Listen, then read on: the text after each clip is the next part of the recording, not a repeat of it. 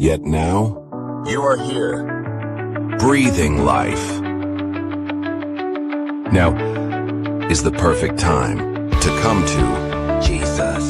Nais kang kausapin ng Panginoon. Ito'y hindi aksidente sa iyo na mapanood mo ito. Kaya, inaanyayahan kita na makinig at manood ng gawain ng ating Panginoon.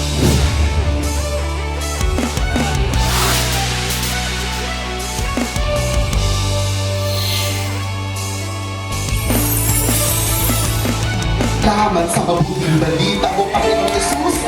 Salamat sa tinapos mong gawa doon sa krus. Ang Kristiyanong nagmamahal sa Diyos, sumusunod sa kanyang mga utos. Siya po ang Diyos noon, ngayon at kailanman. Ang Diyos na dakila ang kanyang katapatan. Patuloy ka manood ng gawain ng ating Panginoon. Malay mo, isa ka na sa hinahanap ng ating Diyos sa araw na ito. Tandaan mo, sabi ng Hebrew chapter 12 verse 2, ito natin ang ating paningin kay Jesus na pinagmumulan ng pananampalataya at nagpapasakdal nito. Now, dear brothers and sisters, let us all look unto Jesus. Amen!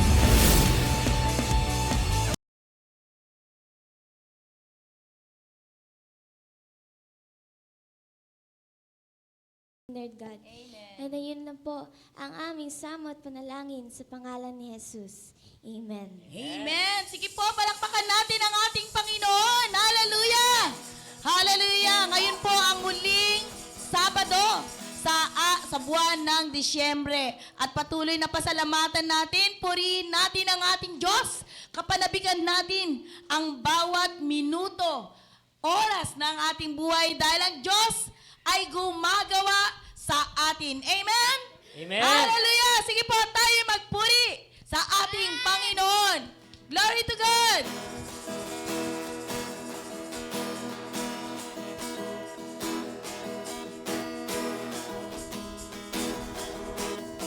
Kami nananabik sa iyong pagbabalik, Panginoon Jesus. Nananabik sa iyong pagbabalik. Lahat ng luha ay mapapawi. Walang sakit o kamatayan, sapagkat ang lungkot ay lilisan na. Nagpupuri,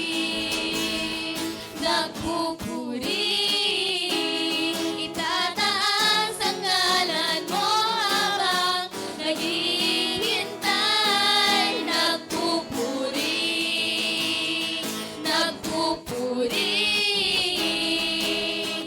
nananabik sa iyong pagbabalik.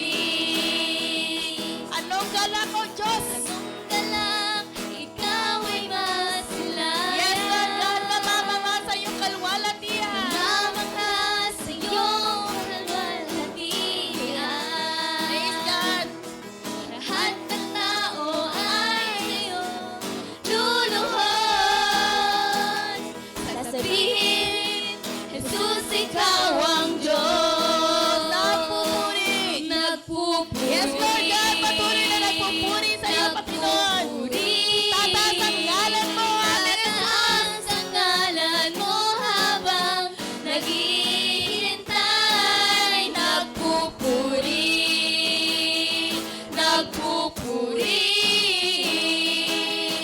Nananabik sa iyong pagbabalik. tayo magpuri sa Panginoon.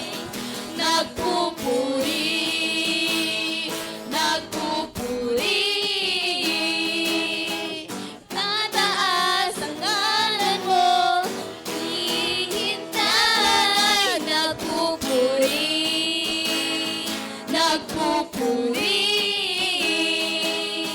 Nananabik sa iyong pagbabalik. Habang papalapit ang araw, O Diyos. Hallelujah. Sabing kami, Panginoon, na makasama ka sa hinaharap, Panginoon. Habang papalapit ang araw ng Diyos.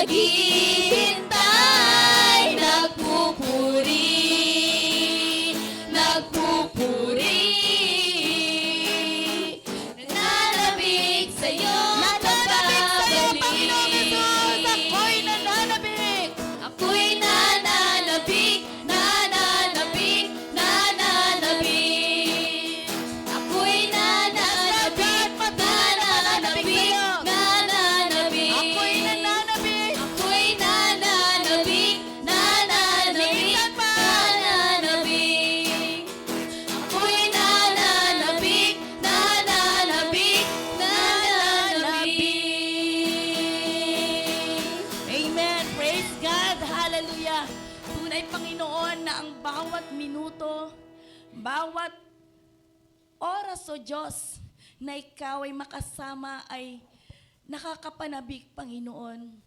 Sa umagang ito, hayaan mo na punuin mo ang aming puso na makapagsamba sa iyo, Panginoon. Hallelujah, na hindi kami nakatingin sa kahit na anong pamang bagay, Lord God. Hindi sa dami ng tao, hindi sa dami ng material, Panginoon, na aming natatanggap, kundi tanging sa iyo lamang, O Diyos.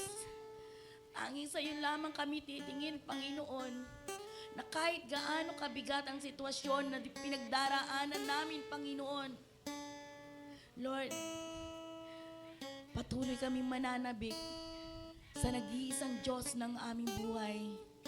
Sa nag-iisang Ikaw, Panginoon. Nag-iisang Ikaw ng aming buhay, Lord God. Kaya patuloy kaming sasamba sa iyo, o aming Diyos na buhay. Hallelujah. Come on, church. Tataas ang ngalan mo, Panginoon, Hari ka ng buhay ko, ihahayag sa buong mundo, kadakilaan mo, hayag at totoo. Nasamba ang nag-iisang Ikaw, pagmamahal, paggaling ay iyong ibinigay, walang humpay, O Diyos, sa iyo'y inaalay, O Jesus, handog itong buhay. Ating awitan ng ating Panginoon. Dapat ilaan ang hanggang totoo. Yes, Lord God. Walang makapapantay sa'yo, tunay kang nag-iisa, Hari ng buhay ko.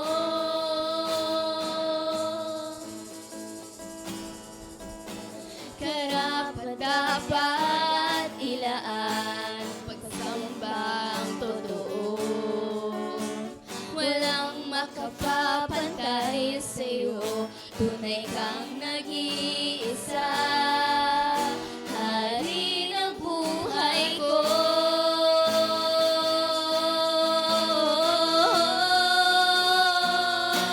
Sinasamba ang nag-iisang Ikaw, pagmamahal, paggaling ay Salamat sa pagmamahal na ito, Panginoon, na sumasakop sa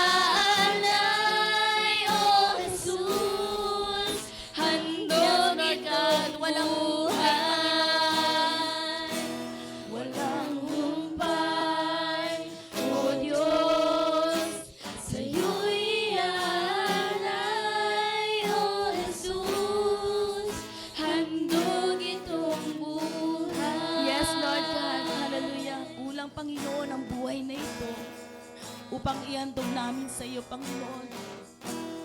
Yung ginawa mo doon sa krus ng Kalbaryo, Panginoon, ay hindi sapat para mabayaran namin, Panginoon. At sa patuloy, Panginoon, na ginagawa mo sa aming buhay, Lord God. Lord, kung wala yung pagkilos mo, yung paggalaw mo sa aming buhay, Lord God, ano kami, Panginoon? Ano ang mangyayari sa amin, O Diyos?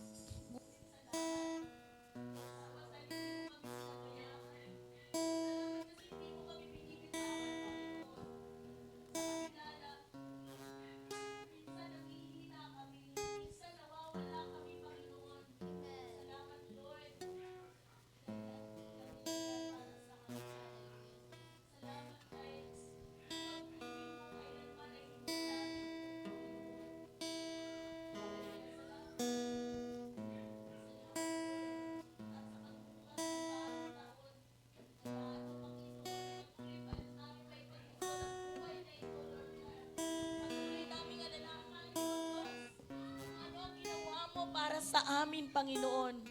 Hallelujah. Salamat. Salamat.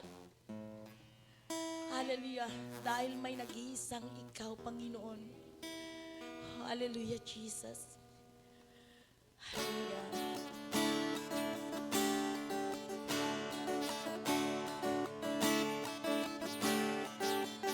He is Lord,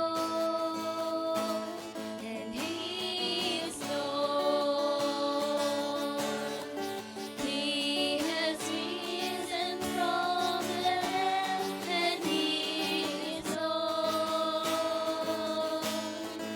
Every knee shall bow, every tongue confess that Jesus Christ is Lord. Shine Diyos at shine Diyos. Shine na buhay ng muli at shine Diyos. Tuhod ay lulubog, labi magsasabing na si Jesus ay Diyos. Amen. Hallelujah. Praise God. Purihin ka, Panginoon. Amen. Ayan. Praise God. Praise God. Praise the Lord. Praise you, Jesus. Praise you, Father. Praise you, Holy Spirit. Hallelujah. Hallelujah, Lord God. Maraming pong salamat sa umagang ito, Panginoon, na kami po ay idinako mo, O Diyos, sa lugar na ito, Panginoon, upang ikaw ay patuloy na mapapurihan, mabigyan ng karangalan, ng pasasalamat, O Diyos, dahil sa magandang balita kung bakit kami nandirito ngayon, Panginoon, bakit kami tumatayo, bakit ang bawat isa, O Diyos, ay nagpapatuloy, Panginoon, naglilingkod sa iyo, Panginoon. Dahil sa magandang balita, Panginoon, kulang, O Diyos, ang amin pong buhay, kulang ang amin pong mga salita, O Diyos, upang ikaw ay maparangalan, upang mabigyan kapurihan, Panginoon, sa lahat ng amin pong mga gampanin, lahat ng amin pong tungkulin, lahat ng amin pong ginagawa, O Diyos, para ikaw ay maparangalan, magbigyan ng kapurihan, Panginoon. O Diyos, maraming pong salamat, Panginoon, sa iyong kagandahang loob, O Diyos, sa iyong pagmamalasakit, Panginoon, na patuloy inaabot mo, Panginoon, ang buhay ng bawat isa. O Diyos, patuloy na katagpuin mo nga po, Panginoon, Lord God, ang lahat ng mga mananampalataya, O Diyos, maging sa araw na ito, simula sa araw na ito, Panginoon, hanggang sa muli mong pagparito, Panginoon. Lord God, patuloy na abutin, O Diyos, Lord God, ng iyong grace dispensation, Panginoon, ng iyong biyaya, Panginoon, ng kaligtasan, O Diyos. Salamat, O Diyos. Pinupuri ka namin, dinadakila ang pagkilos ng Santong Espiritu mo, Panginoon, sa lugar na ito, Panginoon. Patuloy at patuloy po namin kinikilala, O Diyos. Gamitin mo, Panginoon, ang iyong abang lingkod na ito, Panginoon, upang maging daluyan ng iyong pagpapala, ng iyong mensahe, Panginoon, O Diyos, sa buhay ng bawat isa. Purihin ka sa pangalan ni Jesus. Ito ang aming dalangin. Amen, amen. Amen. Ayan, sige po, tayo po ay makakaupo na sa presensya ng ating pong Panginoon. Praise God.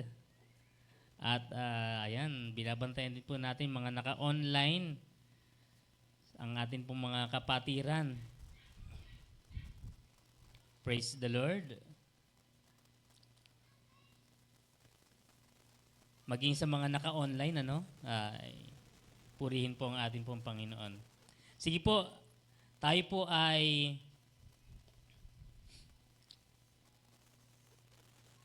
pagsalu-saluhan po natin. Merry Christmas. Merry Christmas and Happy New Year. Ayun. Di ba? Merry Christmas and Happy New Year. Ano naman kaya yung ating, ang tawag doon? A New Year resolution. Lagi naman yan.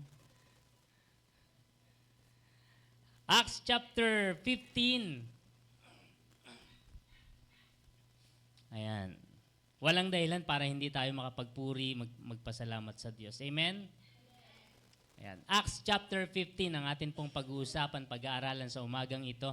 Samahan niyo po ako at tayo po ay mapagpala ng atin pong Panginoon. At time check, 9:25. Acts chapter 15 verses 1 to the following verses. Ganito po ang atin pong matutunghayan. May dumating doon na ilang taong mula sa Judea at nagturo sa mga kapatid. Kapag hindi kayo nagpatuli ayon sa kaugalian itinuturo ni Moises, hindi kayo maliligtas. Grabe, no? Kapag nagpatuli ka pala, ay ligtas ka na. Yan, ha? Nagpatuli ka lang nun, ligtas ka na. Brother Jerry. Na. Mahigpit itong tinutulan ni na Pablo at Bernabe at naging ano sabi diyan? Mainitan ang kanilang pagtatalo kaya't napagpasyahang papuntahin sa Jerusalem sina Pablo at Bernabe at ilan pang kapatid na taga Antioquia upang ang suliraning ito'y isang guni sa mga apostol at sa matatandang pinuno ng iglesia. Verse 3. Isinugo nga sila ng iglesia at pagdaan nila sa Phoenicia at Samaria, ibinalita nila roon na marami ng mga hintil ang nahikayat sa pananampalataya. Ito na may labis na ikinagalak ng mga kapatid. Pagdating nila sa Jerusalem, malugod silang tinanggap ng mga apostol, ng mga matatandang pinuno at ng buong iglesia. Isinalaysay nila ang lahat ng ginawa ng Diyos sa pamamagitan nila. Ngunit, tumayo naman ang ilang mananampalatayang kabilang sa pangkat ng mga Pariseyo at kanilang sinabi. Ayan ha. Ulit. Ngunit tumayo naman ang ilang, take note, mananampalatayang kabilang sa pangkat ng mga Pariseyo. Ito yung mga Pariseyong, maraming alam ito sa kautusan. Pangkat ng mga Pariseyo at kanilang sinabi, kailangang tuliin at utusang tumupad sa kautusan ni Moises ang mga hintil. Pag sinabing hintil, hindi ito Hudyo. Walang dugong Israelita. Ayan, pag sinabing hintil, itong mga hintil na ito, nahikayat sa pananampalataya. Nakapakinig ng magandang balita ng kaligtasan. Ayan ha. Yan ang tinutukoy dyan. Kailangang tuliin at utusang tumupad sa kautusan ni Moises ang mga hintil na sumasampalataya. Wika nila. Nagpulong ang mga apostol at ang matatandang namumuno sa iglesia upang pag-aralan ang suliraning ito. Pagkatapos ng mahabang pagtatalo, meron din silang pagtatalo eh. Hindi pagtatalo sa kung ano man, kundi pagtatalo para doon sa salita ng Diyos na kung saan merong pagtutuwid. Pagtutuwid po iyan. Pagkatapos ng mahabang pagtatalo, tumayo si Pedro at nagsalita. Mga kapatid, nalalaman ninyo na noong mga nakaraang araw, hinirang ako ng Diyos upang mangaral ng magandang balita sa mga hintil. Saan yun? Doon sa Acts chapter 10. Nangaral siya doon sa sambahayan ni Cornelio. Hintil yun. Mamaya, babalikan natin ito. Hinirang ako ng Diyos upang mangaral ng magandang balita sa mga hintil at sila naman ay sumampalataya. Ang Diyos na nakakasaliksik ng puso ang nagpatotoo na sila'y tinanggap niya ng ipagkaloob niya sa kanila ang Espiritu Santo tulad ng pagkakaloob niya sa atin. Walang pagkakaiba ang pagtingin ng Diyos sa kanila at sa atin. Nilinis din niya ang kanilang puso sa pamamagitan ng kanilang pananampalataya. Bakit sinusubok ninyo ang Diyos? Bakit ninyo iniatang sa mga mananampalataya ang isang pasaning hindi na kayang dalhin ng ating mga ninuno at hindi rin natin kayang pasanin?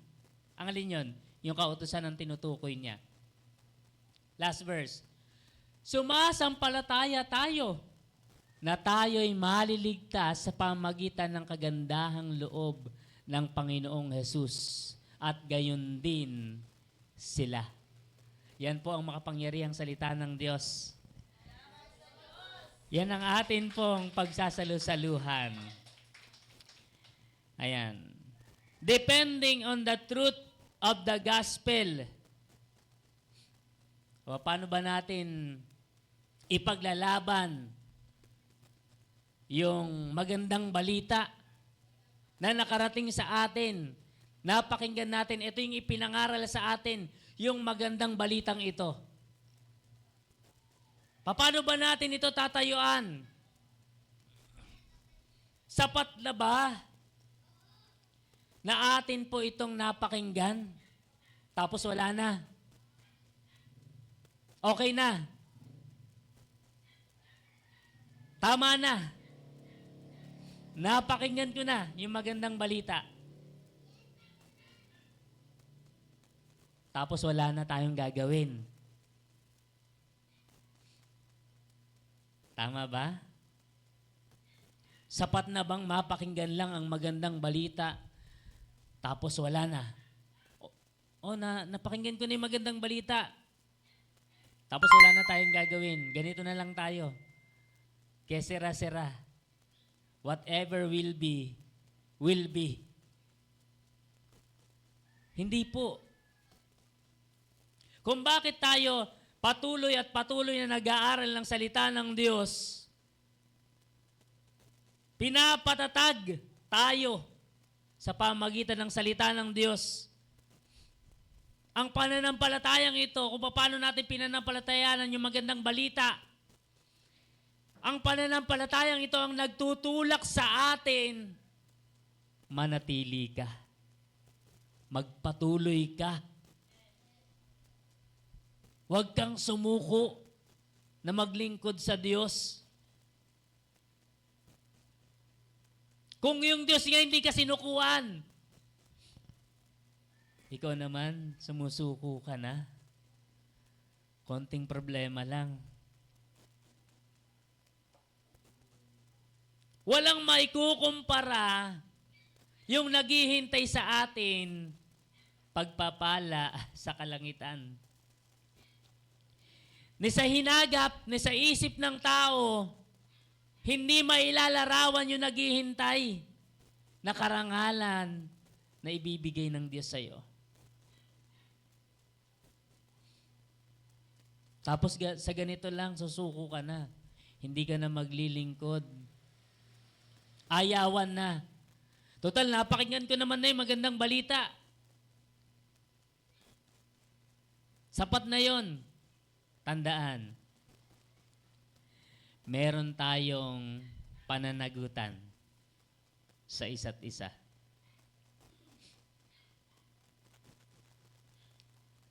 Sabi ni Apostol Pablo,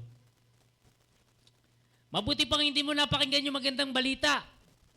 Mas mabigat ang sasapitin ng isang taong nakapakinig ng magandang balita. And yet, walang ginagawa.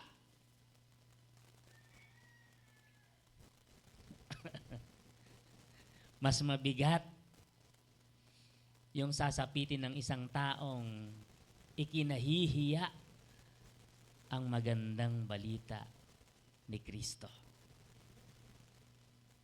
Yun po yung katotohanan. Sabi ni Apostol Pablo, mabuti pang hindi mo napakinggan yung good news, yung magandang balita, yung mabuting balita ni Kristo na kaligtasan.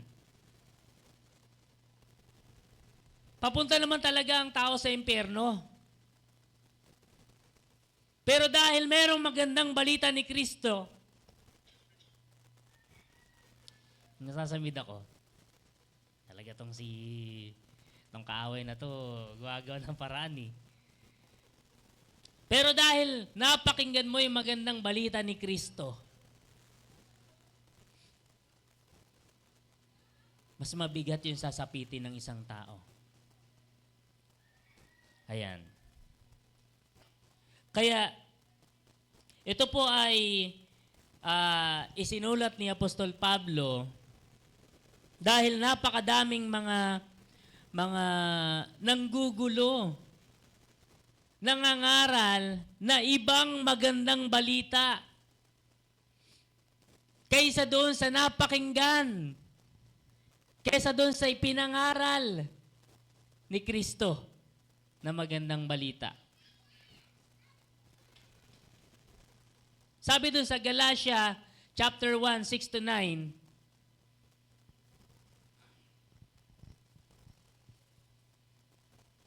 Galatia. Oo, wala siya eh. Nagtataka ako kung bakit kay dalinin yung tumalikod sa Diyos na tumawag sa inyo sa pamagitan ng kagandahang loob ni Kristo. At kayo'y bumaling agad sa ibang magandang balita.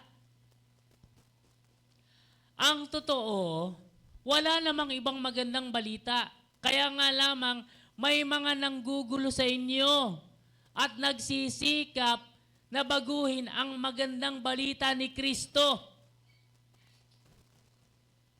Subalit, ito yung paratang ni Apostol Pablo, subalit, kahit kami o isang anghel mula sa langit, ang mangaral sa inyo ng magandang balita na iba sa ipinangaral namin sa inyo, parusahan nawa siya ng Diyos.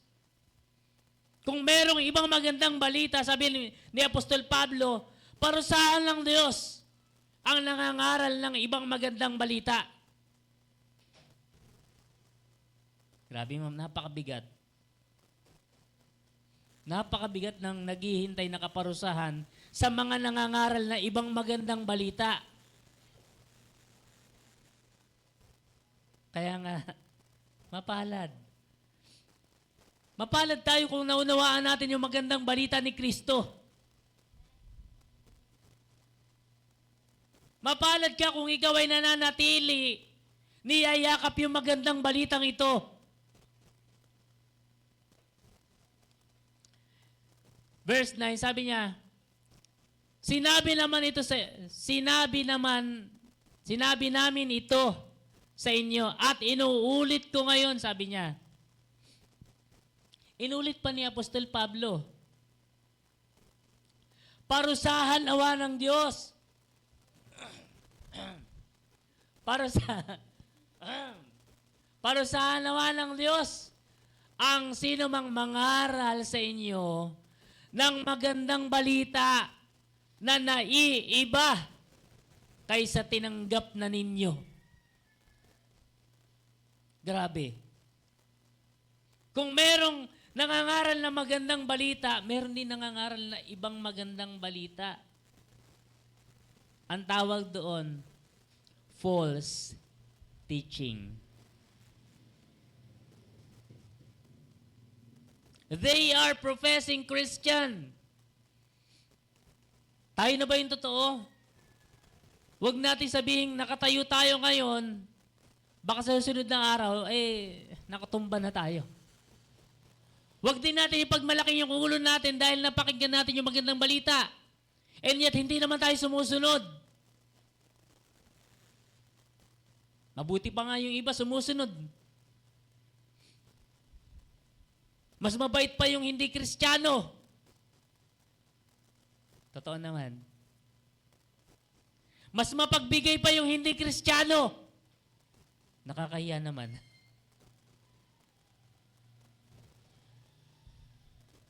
Hello?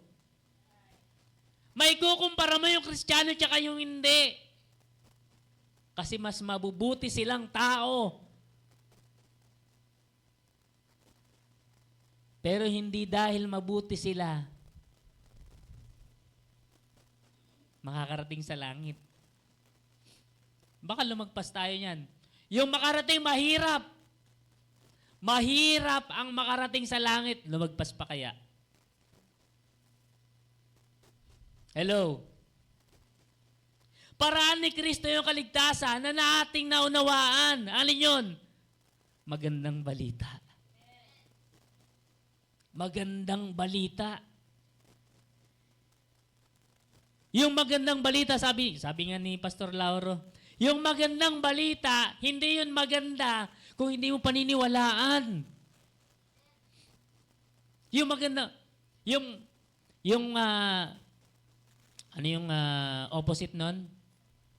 Yung masamang balita ba?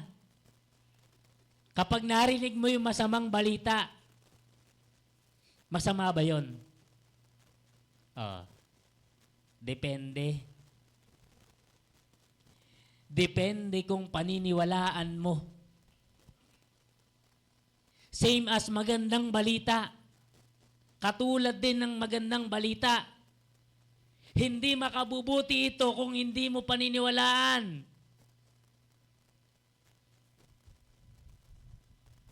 Hindi rin naman makakasama sa'yo. Parang,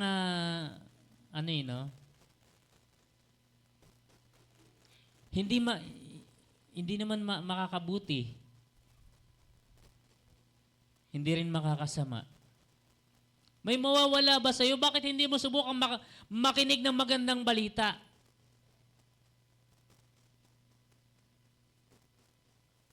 Ano pang mawawala sa atin? Lahat naman talaga wala eh. Magkakaroon ka pa nga. Kapag pinakinggan mo yung magandang balita ni Kristo.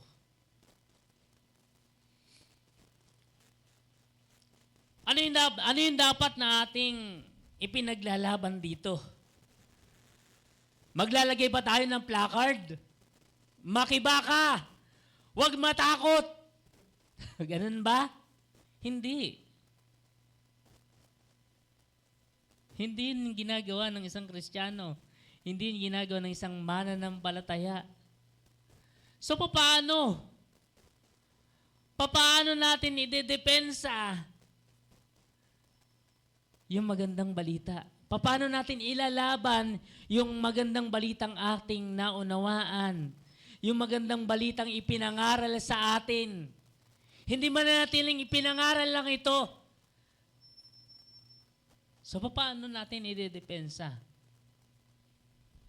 Yan mga kapatid. Hindi dahil sa pamagitan ng gawa mo. Dapat maunawaan natin yung magandang balita hindi dahil sa ginawa mo. Kaya ka naligtas. paraan ni Kristo, si Kristo ang may sabi, maliligtas ka. Basahin natin. Mark chapter 16, 15 to 16. Ito yung dapat yung pinangahawakan natin. Mamatay ka man, ligtas ka. Sabi ng Mark chapter 16, 15 to 16, Marcos, at sinabi ni Jesus, si Jesus yung may sabi. Paulit-ulit nating sinasabi to. Hindi tao ang may sabi. Si Jesus ang may sabi sa kanila. Wala pang Bible noon. Pero alam ng mga alagad kung ano yung magandang balitang ipinangaral ni Jesus Christ sa kanila. Para sila ay maligtas, panghawakan nila yung kaligtasang ipinangaral ni Kristo. At sinabi ni Jesus sa kanila, humayo kayo sa buong mundo at ipangaral ang magandang balita sa lahat ng tao. Sa lahat ng tao. Walang pinipiling tao. Ipangaral ang magandang balitang ito sa lahat ng tao. Next verse. Next verse na rin ako. Ang sino mang sumampalataya at mabautismuhan. Ano yung dahilan ng pagsampalataya mo? Magandang balita. Ang sino mang sumampalataya at mabautismuhan, merong kasiguraduhan ng kaligtasan. Sabi diyan, ang sino mang sumampalataya at mabautismuhan ay maliligtas. Maliwanag na nakasulat. Pero nung panahon ngayon, wala nang nakasulat. Bakit? Alam nila eh. Alam nila yung magandang balita na ipapangaral sa lahat ng tao. Ito yung tagubili ni Jesucristo bago siya umakyat sa langit. Tinagubili na niya yung kanyang mga alagad. 40 days siyang nasa lupa. Kasalo ng mga alagad. After na siya ay muling nabuhay. Pinagigiitan natin ito dahil si Kristo yung may sabi. Hindi naman kung sinong tao. Hello? Pero hindi lahat naghahanap ng kaligtasan. Kaya nga merong pasubali eh. Ngunit, ang ayaw sumampalataya, paparusahan. Hello? Ayaw naman, pag tinanong mo, saan mo gustong pumunta? Sa langit o sa impyerno? Sa langit naman gusto. Walang may gusto sa impyerno. Pag namatay ka, saan ka pupunta? Syempre sa langit. Yung papuntang impyerno, hindi yun pinipili. Hindi pinipili yun kasi doon na talaga papunta ang tao sa impyerno. Bakit ko binubuksan ito? Ito yung pundasyon na pinangahawakan natin eh. Sabi sa 1 Corinthians chapter 15, verses 1 and 2.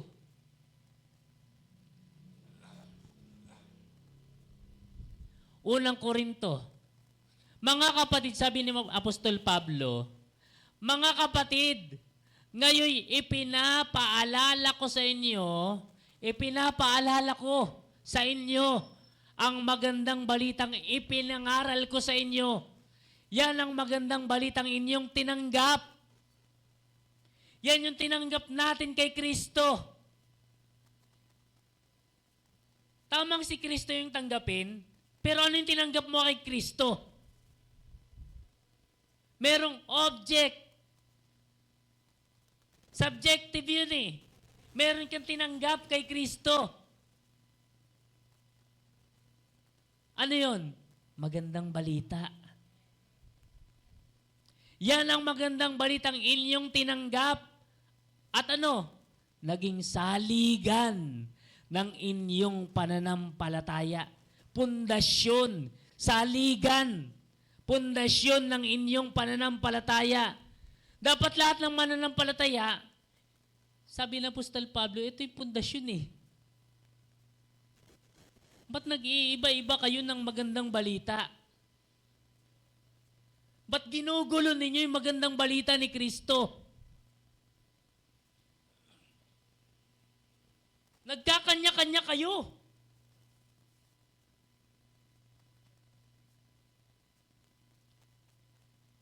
Tahimik po tayo. Kasi sabi ko, Lord, ano ba yung napakabigat di ba?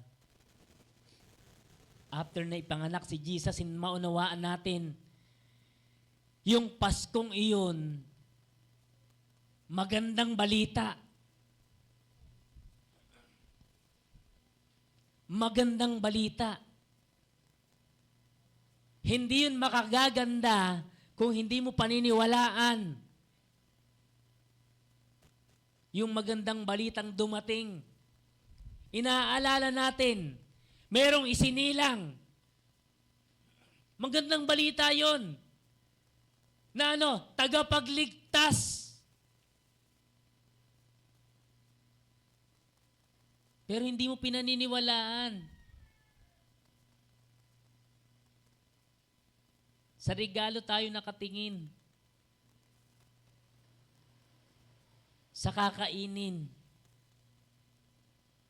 Pag wala bang regalo, wala nang Pasko. Pag walang bonus, walang kasiyahan. Minsan dapat pinagsasalu-saluhan kahit yung ngiti na lang. Hello.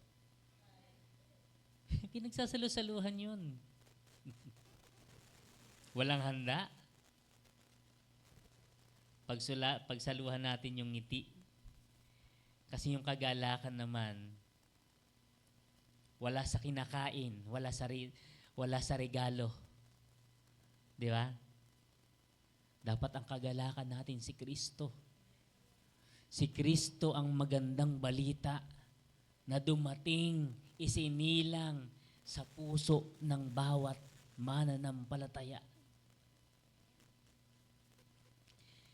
Sabi ni Apostol Pablo, yan ang magandang balitang inyong tinanggap at naging saligan ng inyong pananampalataya. Alamin mo yung magandang balitang ito. Palagi nating sinasabi, meron kang kaluluwa, may karapatan kang malaman yung magandang balita. Maa-appreciate mo lang yung magandang balita kasi merong kaparusahang naghihintay sa isang tao.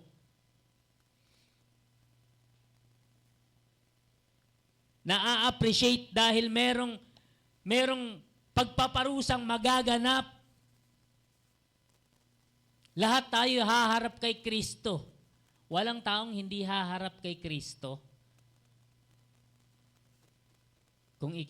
Sabi ni Jesus, kung ikinahihiya nyo ako, ikahihiya ko rin kayo sa harapan ng aking Ama sa langit. Grabe. So, paano? Paano nga ba natin ipaglalaban yung magandang balitang ito? Unang-una, alam mo ang magandang balita. The gospel defined. Alam mo kung ano ang magandang balita ni Kristo. Gusto mong malaman? Nanonood ka, di ba? Gusto mong malaman? Tara, bukas, merong gospel proclamation. Alamin mo yung katotohanan. Katotohanan ng magandang balita. Kasi dahil sa magandang balita, kung bakit tinatawag ang isang, gusto mo maglingkod sa Diyos. Hindi ka naman pipigilan ng Diyos na maglingkod sa Kanya. Pero wag mo rin siyang pilitin kilalanin ka dahil naglingkod ka sa Kanya. Sabi dun sa Matthew chapter 7, 21 to 23. Mateo. Matthew. Tulad. Hindi lahat ng tumatawag sa akin, Panginoon. Panginoon. Pengin yan. Di ba? Hindi lahat ng tumatawag sa akin, Panginoon, Panginoon, ay papasok sa kaharian ng langit. Hindi lahat ng tumatawag sa Diyos, hindi lahat ng nananalangin sa Diyos, papasok sa kaharian ng langit. Si Jesus may sabi niya. Si Jesus ang nagsabi niyan. Nakikibasa lang tayo. Binabasa ko lang. Hello? Ha? Kaya wag kayo sa akin magagalit. Hindi lahat ng tumatawag sa akin, Panginoon, Panginoon, ay papasok sa kaharian ng langit, kundi ang mga taong sumusunod sa kalooban ng aking Ama na nasa langit. Next verse. Sa araw ng paghuhukom, marami ang magsasabi sa akin, Panginoon, hindi po ba't sa iyong pangalan ay nangaral kami? Nagsolwin kami, napakadaming tao. Ang aming naakay. Ha? Lahat sila, Panginoon. Actually, punong-puno ngayon church namin. Punong-puno, nakasilip pa nga yung iba. Grabe, thank you, Lord. Sa mga ililigtas mo, Panginoon. Sabi diyan, hindi po ba't sa iyong pangalan ay nangaral kami? Nagpalayas kami ng mga demonyo. Bakit masama ba yun? Masama bang mangaral ng salita ng Diyos? Inilagay mo ang iyong sarili para mangaral ka. Ikaw na yung nagtalaga sa iyong sarili para ipangaral yung salita ng Diyos. Hindi ka naman pagbabawalan ng Diyos. Eto pa. Nagpalayas kami ng mga demonyo. Mga demonyo kayo, lumayas kayo sa tahanang ito. Naglabasan yung mga anak.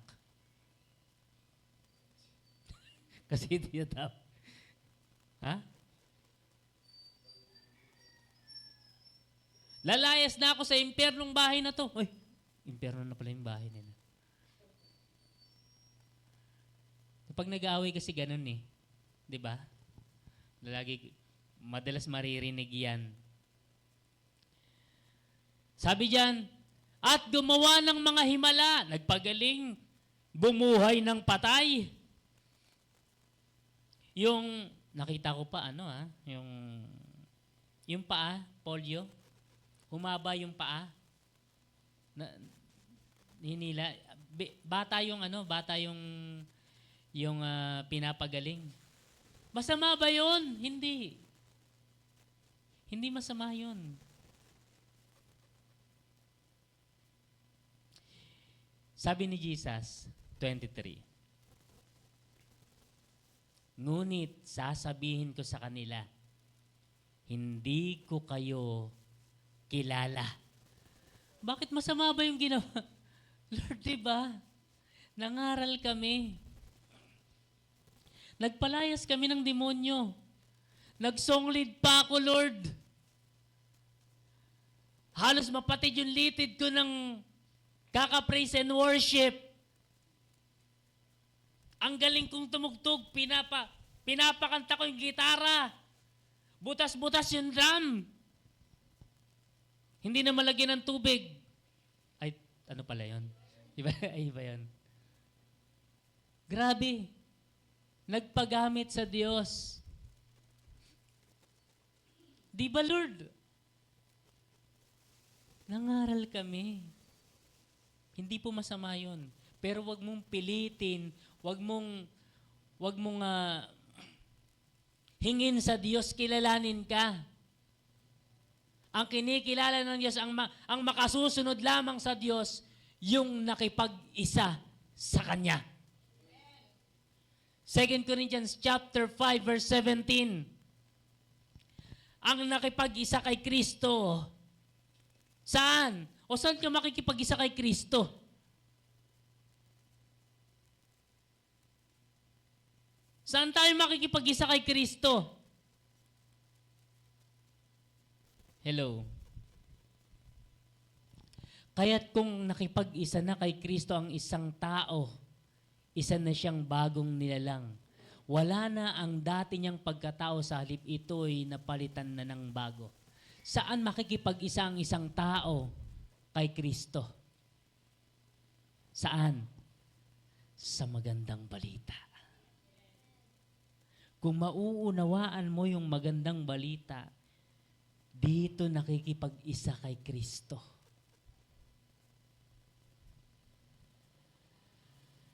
Nagiging ganap, isa siyang bagong nilalang. Pinalitan na lahat ng lumang pagkatao niya. Ano yung lumang pagkatao ngayon? Mula pa kay Eva at Adan, ang kanyang lumang pagkatao na ngayon ay pinalitan na ng bago. Hello. Ibig sabihin, dapat alam mo, idedepensa mo yung magandang balita, niya't hindi mo naman alam yung magandang balita. Ha? Ano ba yung magandang balita? Nandito ba? Yung Bible ba yung magandang balita? Hindi ibig sabihin nakasulat magandang balita. Biblia. Yung magandang balita nandirito sa scripture, sa Bible. Kung sinasabi mong, ito yung magandang balita, paano yung sinabi ni Satanas dito? Lahat to, di angkinin na rin natin. Ito pala yung magandang balita. Yung sinabi ni Judas. Yung ginawa ni Judas. Hello. Yung magandang balita nakapaloob sa salita ng Diyos. Alin dito yung magandang balita? Hangarin mong maunawaan yung magandang balita. Bigyan ka ng pananampalataya ng Diyos. Maunawaan mo yung magandang balitang ito. You will never be the same again. Kung mauunawaan mo ang magandang balita. Sabi ng 2 Thessalonians chapter 2 verse 14. Bilisan lang natin konti. Tinawag kayo ng Diyos sa pamamagitan ng magandang balita. Kino-confirm ang isang tao na tinawag ng Diyos kapag napakinggan niya yung magandang balita. Naunawaan niya yung magandang balita. Ipinaunawa sa kanya ng banal na Espiritu yung magandang balita kung bakit niya ito sinampalatayanan.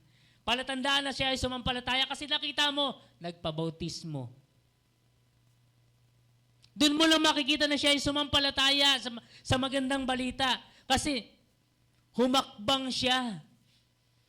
Nag-public confession. Tawag doon, public confession. Right after na mapakinggan mo yung magandang balita, right after baptism.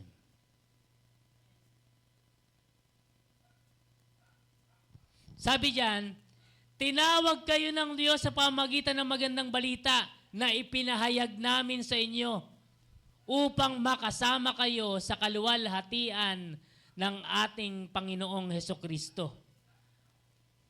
Gusto mong mapunta sa langit? Maunawaan mo yung magandang balita ni Kristo.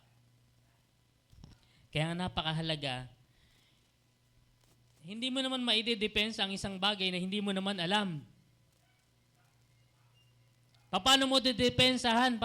Paano mo ipaglalaban kung hindi mo naman alam paano rin kanya ipinaglaban? Salamat, Shopee. Oh, sino may Shopee dyan? Ha? Lika, Brad. Ano ka muna? Attend ka muna. Dapat alam mo kung paano kanya paano mo ipaglalaban ng isang tao. Kung hindi mo naman alam paano kanya ipinaglaban. Paano ka ba ipinaglaban ni Kristo? Paano niya ba inilaban para maligtas ka? Laban yun eh. Kung alam mo paano kanya ipinaglaban, alam mo yung iyong katatayuan. Paano mo rin siya ipaglalaban. Hello? Kaya nga napakahalaga, alam mo yung magandang balita. Oo. Naghihintay sa labas. Pangalawa, saka mo may paglalaban. Gospel. The gospel depend. Kung hindi mo alam yung gospel, hindi mo maididepensa yung gospel. Kaya nga sabi ni Apostol Pablo, Romans chapter 1 verse 16, ano yung sabi niya? Hindi ko ikinahihiya ang magandang balita. Sabi niya. Bakit? Dahil ito ay kapangyarihan ng Diyos sa bawat sumasampalataya, una sa mga Hudyo, gayon din naman sa mga Hintil, Griegong katulad natin. Sabi diyan, Romans chapter 1 verse 16. Sige po, basahin po natin. Baka iba ako ng sinasabi. Hindi ko ikinahihiya ang magandang balita sapagkat ito ang kapangyarihan ng Diyos para sa ikaliligtas ng bawat sumasampalataya. Una, sa mga Hudyo, gayon din sa mga Griego. Kapangyarihan ito ng Diyos. And yet, hindi mo alam paano idedepensa. Hindi mo alam yung magandang balita na ipinapangaral ng mga apostol, na ibinilin ni Kristo na ipangaral sa kanila. Nakapakinig ka lang ng iba, lumayas ka na. Hello?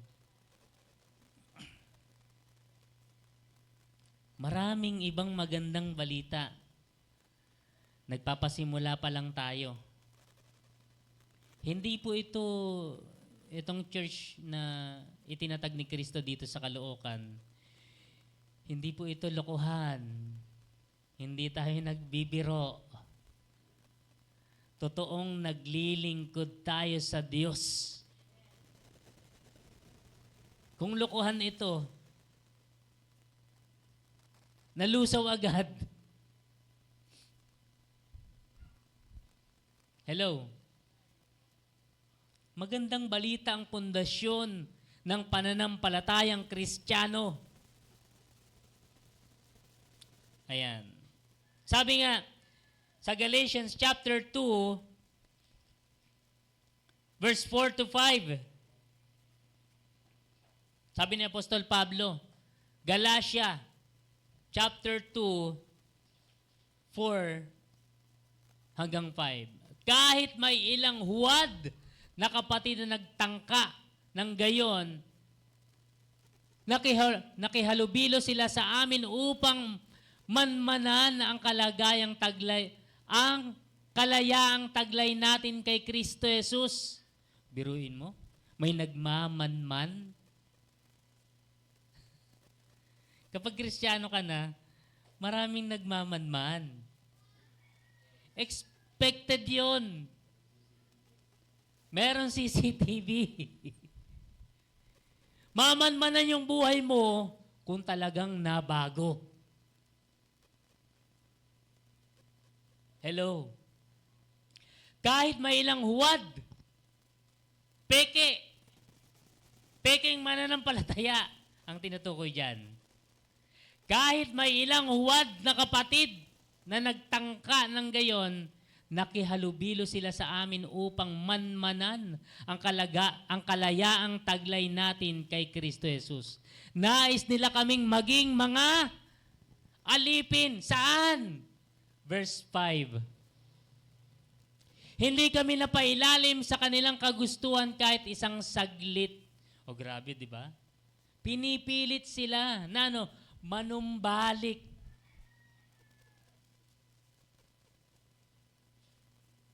Kaya nga yung iba, di ba? Totoo nga bang ikaw ay born again na?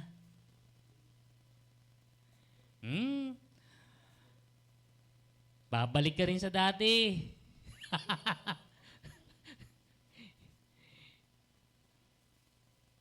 Kaya nga pagdating sa bahay, after mong mapakinggan yung magandang balita na ipinapangaral, yung totoong laban kapag ikaw na lang mag-isa. Pag uwi mo sa bahay, yun yung totoong laban. Magpapatuloy ka ba? Paano ka lalago? Hindi lumalago mag-isa?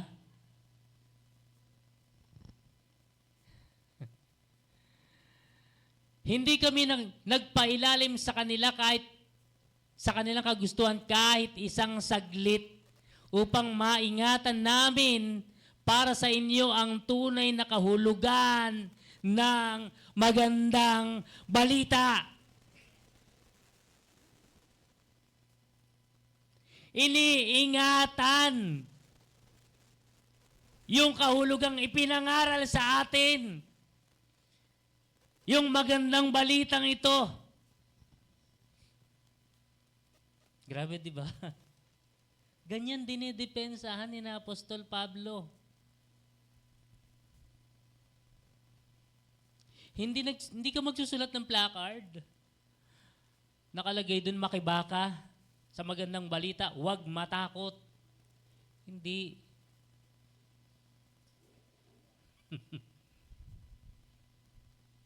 Hindi ka sumasang-ayon. Sila, ginawa nila, hindi sila sumang-ayon sa kagustuhan nila. Kahit isang saglit. Hindi nakikipag-compromise. Hello? Sana ganun din, Ganun tayo, rooted in Christ. In His gospel of salvation. Doon sa verse 11 to 14, diyan sa Galatia chapter 2, sa 11 to 14. Subalit nang dumating si Pedro sa Antioquia, harap-harapan ko siyang sinaway. Si Apostol Pablo ito, sinaway niya si Pedro. Bakit?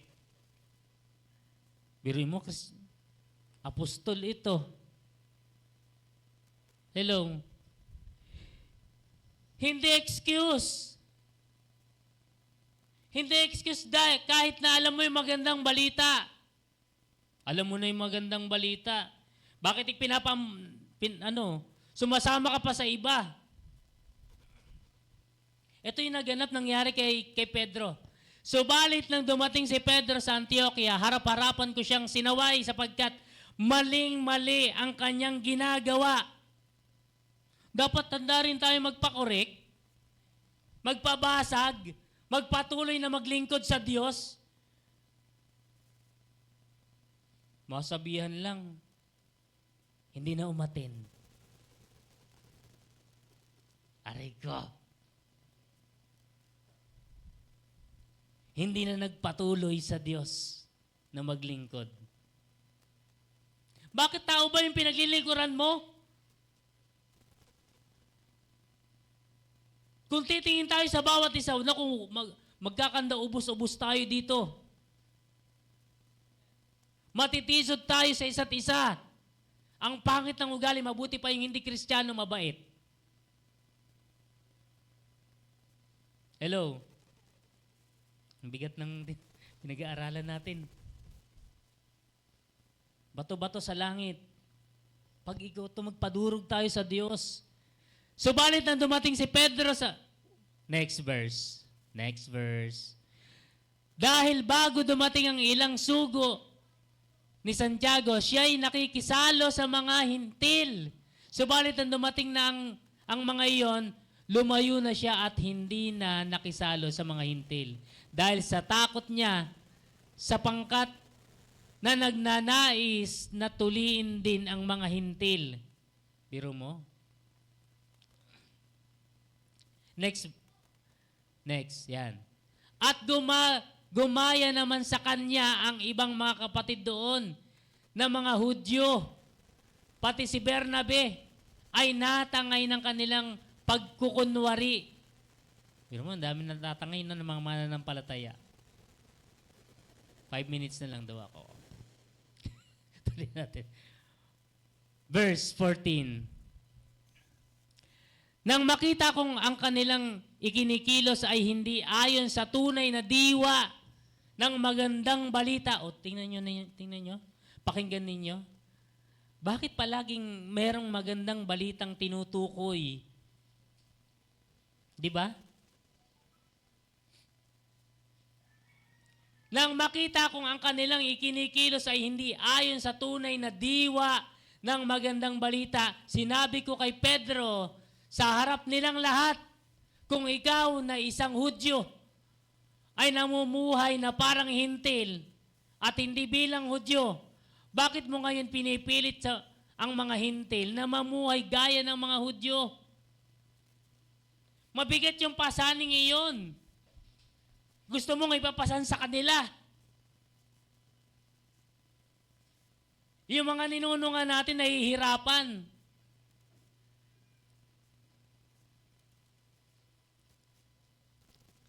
Grabe. Kinorek ni Apostol Pablo si Pedro.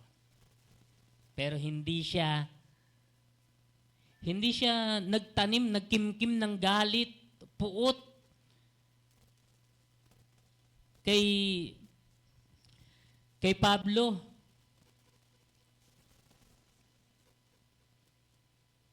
Nag-backslide ba si Pedro?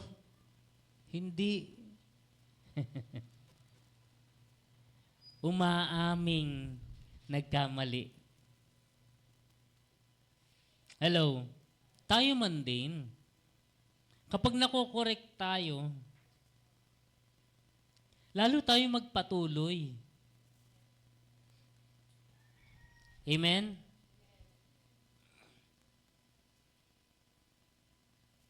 Kaya nga, sabi doon sa Revelation chapter 22, bilisan lang natin ito, 18 to 19.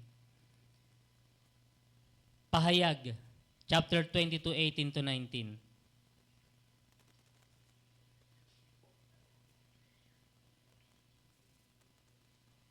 Revelation.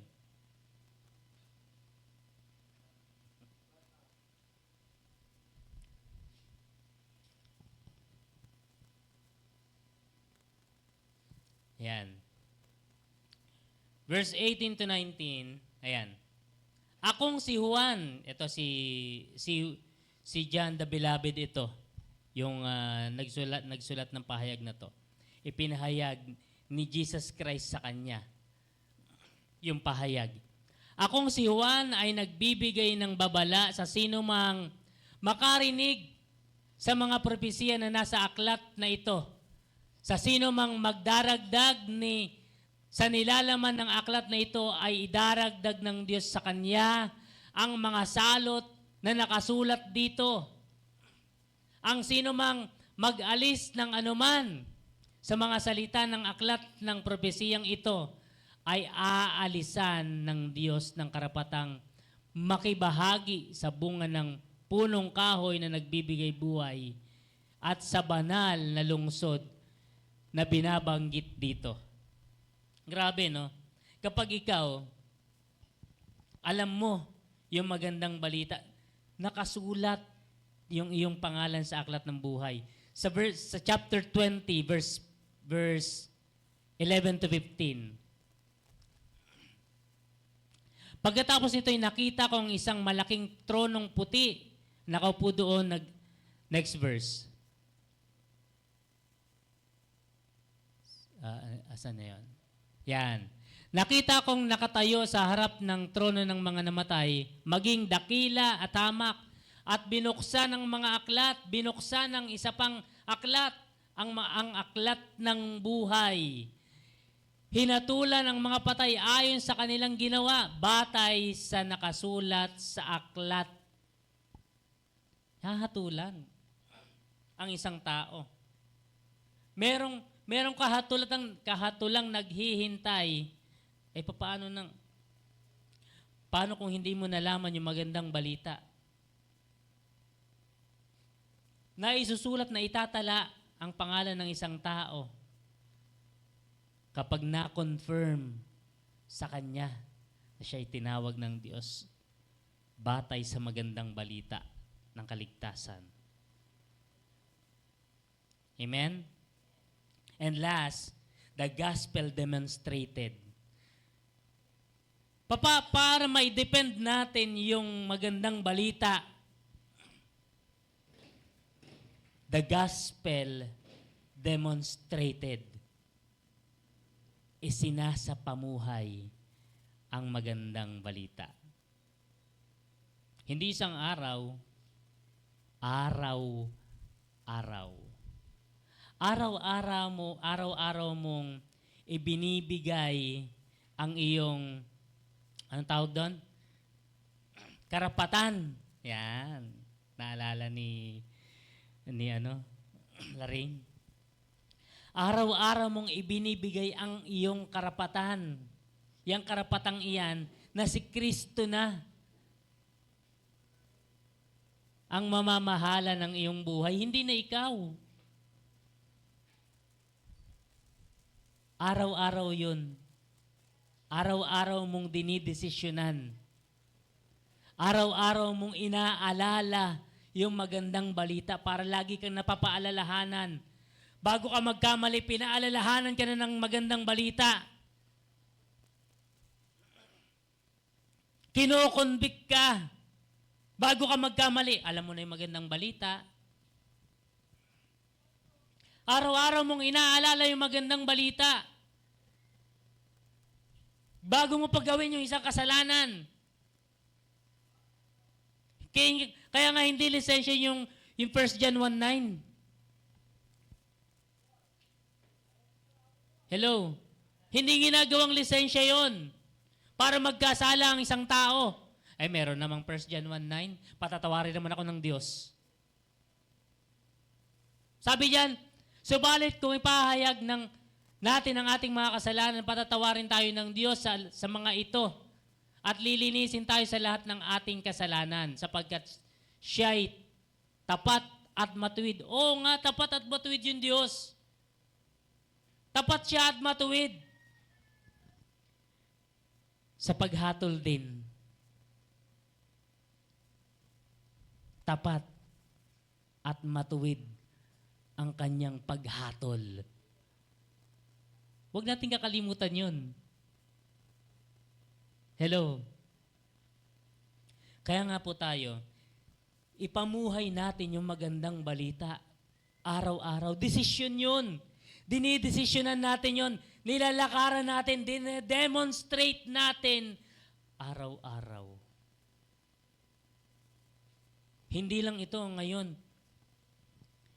After nito, napakinggan ninyo yung turong ito. May testing. Abangan yung testing.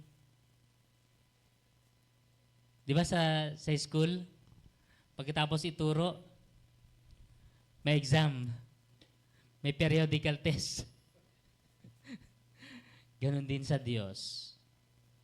After nating mapakinggan yung salita ng Diyos, may kaakibat na testing.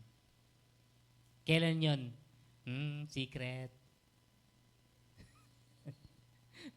Baka mag-ready ka. Di ba? Anticipated yun. I-anticipate mo. Ito na ba yung testing? Huwag tayong masubukan sa bagay na ito. Meron namang 1 John 1:9. Di ka sure.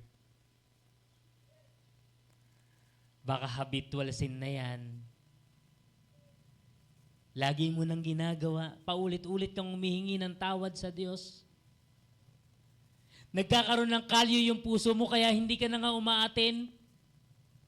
Isa akong makasalanan. Dapat lalo kang umaten. Kilalanin mong ikaw ay makasalanan.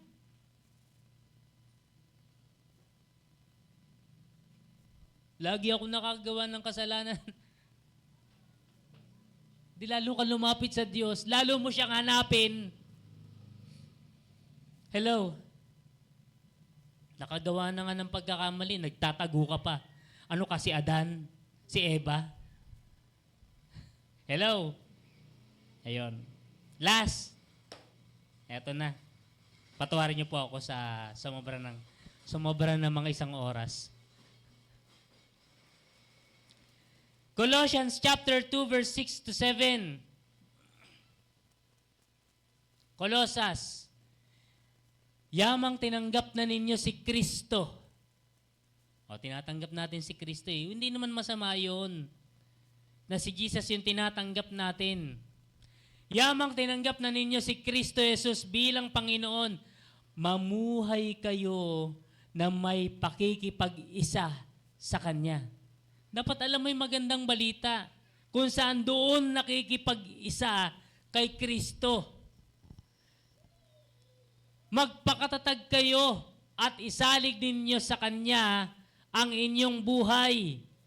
Magpakatibay kayo sa pananampalatayang itinuro sa inyo. Yung pananampalatayang itinuro, yun yung magandang balita. Ang mananampalataya, be wise. Okay? Magpakatibay kayo sa pananampalatayang itinuro sa inyo at lagi kayong magpasalamat sa Diyos.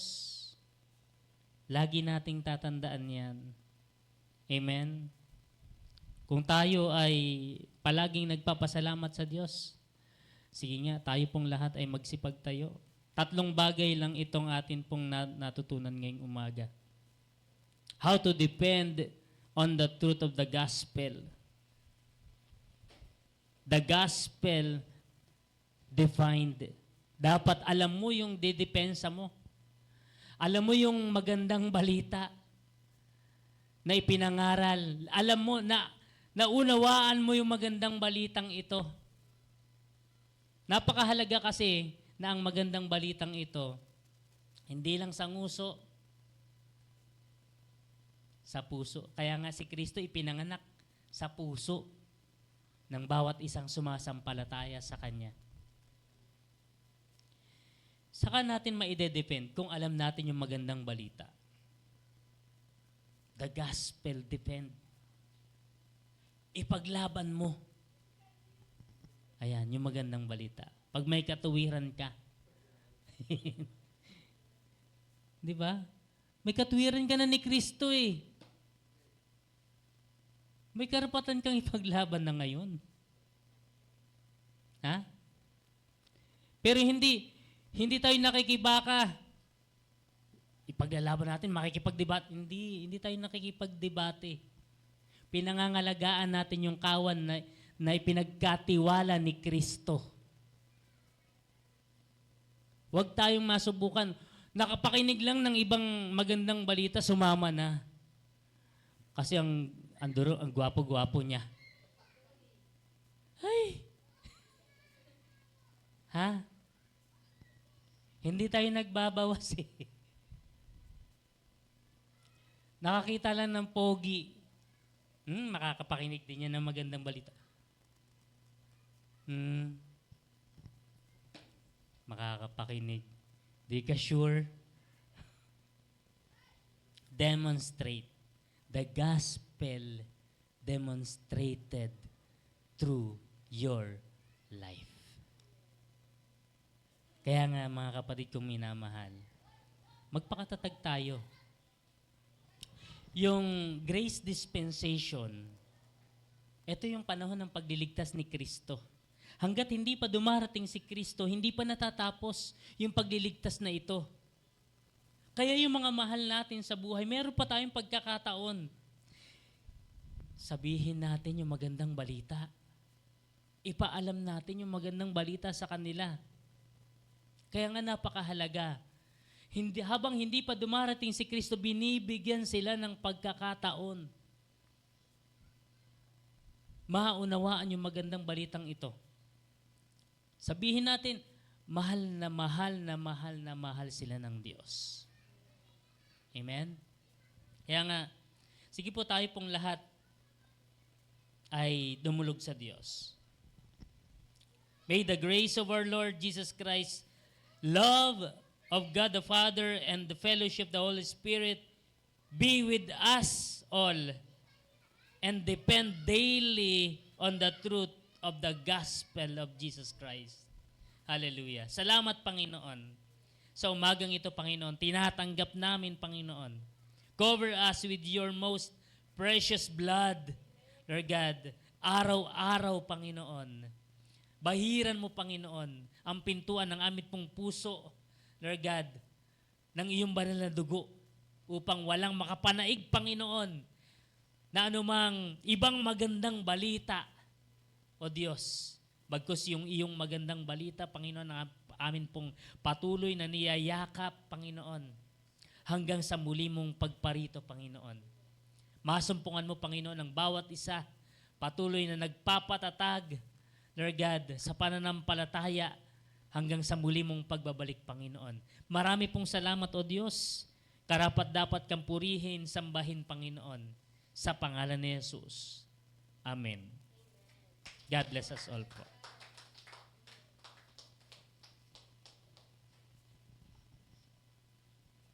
Amen. Ayan. Sige po. According to Pastor po, sa number 3, ayan.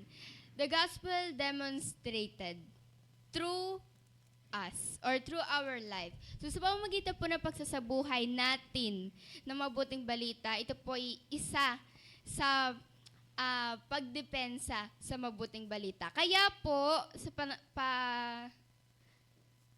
sa mga oras na ito, ang pagbibigay po ay isa po sa pagsasabuhay ng salita ng Diyos, hindi po ba? Amen.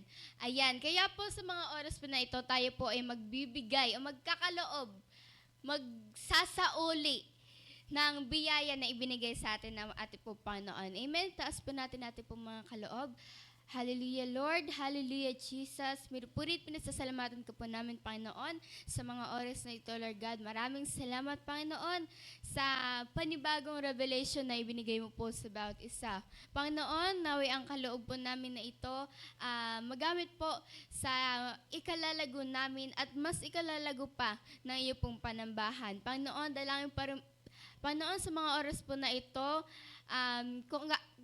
kung ano man po ang in-improve ng aming pong ng inyo pong panambahan sa taong ito, Lord God, dalangin pa rin po namin na ikaw pa rin po ang siyang mas mag-improve pa o mas mag-renovate ng iyo pong panambahan. Panginoon, dalangin po namin ang mas marami pang gagampan, Panginoon, mas marami pang kaluluwang darating, Panginoon, nang sa ganon ang bawat ministry, Panginoon, ay mapuno ng iyo pong mga lingkod. Dalangin din po namin, Panginoon, na sa pamamagitan ng pagbibigay na ito ay makabili po kami ng bawat instrumento, bawat kakailanganin ng panambahan ito. Ito po ang aming samot panalangin sa pangalan ni Jesus. Amen. Hallelujah.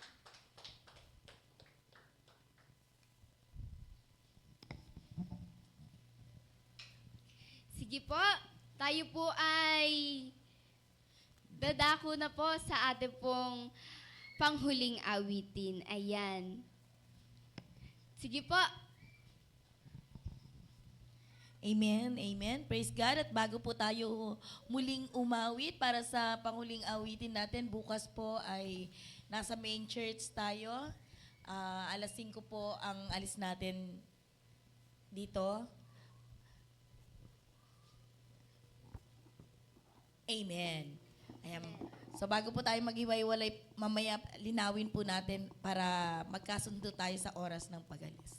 Amen. Praise God po sa isang makabuluhang gawain sa umagang ito. Patuloy na tayo ay manatili sa mabuting balita ni Kristo. Amen. Amen. Mawit tayo para sa Panginoon. Nananabig sa iyong kabalik.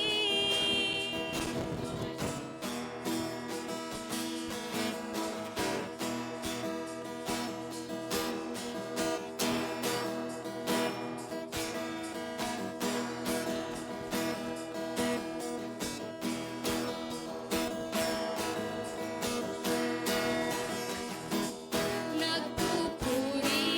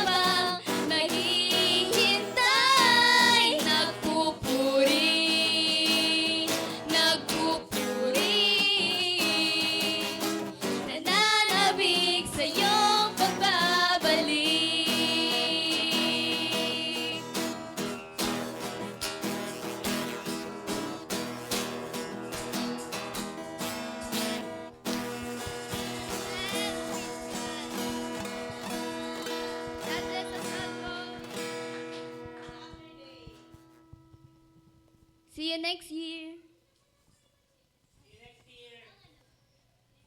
Tama, tama.